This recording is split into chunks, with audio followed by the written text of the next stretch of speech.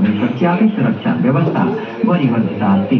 एतन्मध्ये अद्यापि प्राणप्रतिष्ठायाः अङ्गभूतानि नैकानि अनुष्ठानानि ಬಾಗಲಕೋಟೆಯಲ್ಲಿ ಈ ಒಂದು FM ಒಂದು ಸ್ಥಾಪನೆ ಆಗಬೇಕು ಅದರ ಒಂದು ನಿರೀಕ್ಷೆಯಲ್ಲಿ ಇರ್ತಕ್ಕಂಥ ಸಂದರ್ಭದಲ್ಲಿ ಇವತ್ತು ನಾವು ಈ ಒಂದು ಉದ್ಘಾಟನಾ ಸಮಾರಂಭದಲ್ಲಿ ಭಾಗವಹಿಸಿದ್ದೇವೆ. ಇವತ್ತು ಏನು ಆಕಾಶವಾಣಿ ಕೇಂದ್ರದಿಂದ ಬರ್ತಕ್ಕಂಥ ರೇಡಿಯೋ ಕಾರ್ಯಕ್ರಮಗಳು ನಮ್ಮ ವಿದ್ಯಾರ್ಥಿಗಳಿಗೆ, ರೈತರಿಗೆ, ಬೇರೆ ಬೇರೆ ವರ್ಗದ ವಲಯದಲ್ಲಿ ಕೆಲಸ ಮಾಡ್ತಕ್ಕಂಥವರಿಗೆ ಇವತ್ತು ಅದು ಪ್ರಮುಖವಾಗಿ ನಮಗೆಲ್ಲರಿಗೂ ಕೂಡ ಚೆನ್ನಾಗಿ ಕೇಳಿಸಬೇಕು, ಚೆನ್ನಾಗಿ ನೋಡಲಿಕ್ಕೆ ಸಿಕ್ಕಬೇಕನ್ನುವ ಆಸೆಯಿಂದ ಇವತ್ತು ಈ FM ಈ ಕೇಂದ್ರವನ್ನು ಇವತ್ತು ಸ್ಥಾಪನೆ ಮಾಡಲಾಗಿದೆ.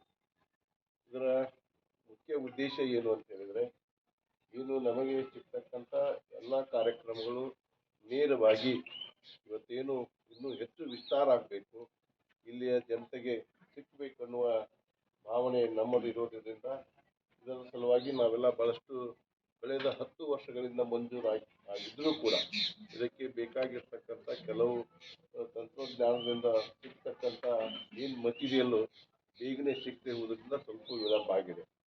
ಇವತ್ತು ನಾನು ಬಹಳ ವರ್ಷಗಳಿಂದ ಸಂಬಂಧಿಸಿದ ಮಂತ್ರಿಗಳಿಗೆ ನಾನು ನಿವೇದನೆಯನ್ನು ಮಾಡ್ತಾ ಬಂದಿದ್ದೇನೆ.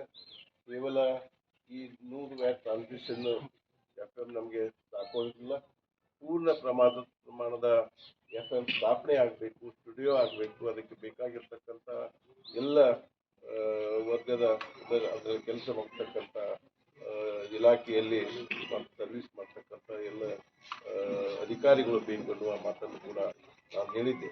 ಆದರೆ ಇವತ್ತು ನೇರವಾಗಿ ಬಹಳಷ್ಟು FM ಸ್ಥಾಪನೆ ಆಗುವುದರಿಂದ ಎಲ್ಲವನ್ನೂ ಕೂಡ ಬೇಗನೆ ಮಾಡಲಿಕ್ಕೆ ಆಗೋದಿಲ್ಲ, ಮುಂದಿನ ನಿರ್ಮಾಣಗಳಲ್ಲಿ ಮಾಡ್ತೇವೆ ಅನ್ನೋ ಒಂದು ಮಾತನ್ನು ಹೇಳಿದ್ದಾರೆ.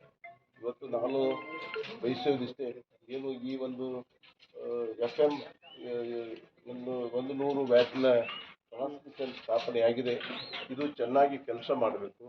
ಇಲ್ಲಿರ್ತಕ್ಕಂಥ ವಿದ್ಯಾರ್ಥಿಗಳಿಗೆ, ರೈತರಿಗೆ ದಿನನಿತ್ಯದ ಜೀವನದಲ್ಲಿ ಅವರಿಗೆ ಬೇಕಾಗಿರ್ತಕ್ಕಂಥ ಈ ಒಂದು ಸಲಕರಣೆ ಆಗಿರ್ಬೋದು, ಆ ಒಂದು ಕೃಷಿ ಪದ್ಧತಿ ಆಗಿರ್ಬೋದು, ಹಾಗೇನೆ ಅಲ್ಲಿ ಬೆಳೀತಕ್ಕಂಥ ಫಸಲುಗಳ ಬಗ್ಗೆ ಆಗಿರ್ಬೋದು, ಅದರ ಜೊತೆಗೆ ಇವತ್ತು ಮಕ್ಕಳಿಗೆ ಸಿಗ್ತಕ್ಕಂಥ ಮನೋರಂಜನೆ ಆಗಿರ್ಬೋದು, ಮುಖ್ಯವಾಗಿ ನಮಗೆ ಸಂಗೀತ ಹಾಗೂ ಇಲ್ಲಿ ಸಾಂಸ್ಕೃತಿಕ ಕಾರ್ಯಕ್ರಮಗಳ ಒಂದು ನೇರವಾಗಿರ್ತಕ್ಕಂಥ ಆ ಒಂದು ವಿಸ್ತರಣೆ ನಮಗೆಲ್ಲ ಚೆನ್ನಾಗಿ ಸಿಕ್ಕಬೇಕು ಅನ್ನುವ ಉದ್ದೇಶ ನಮ್ಮದಾಗಿದೆ.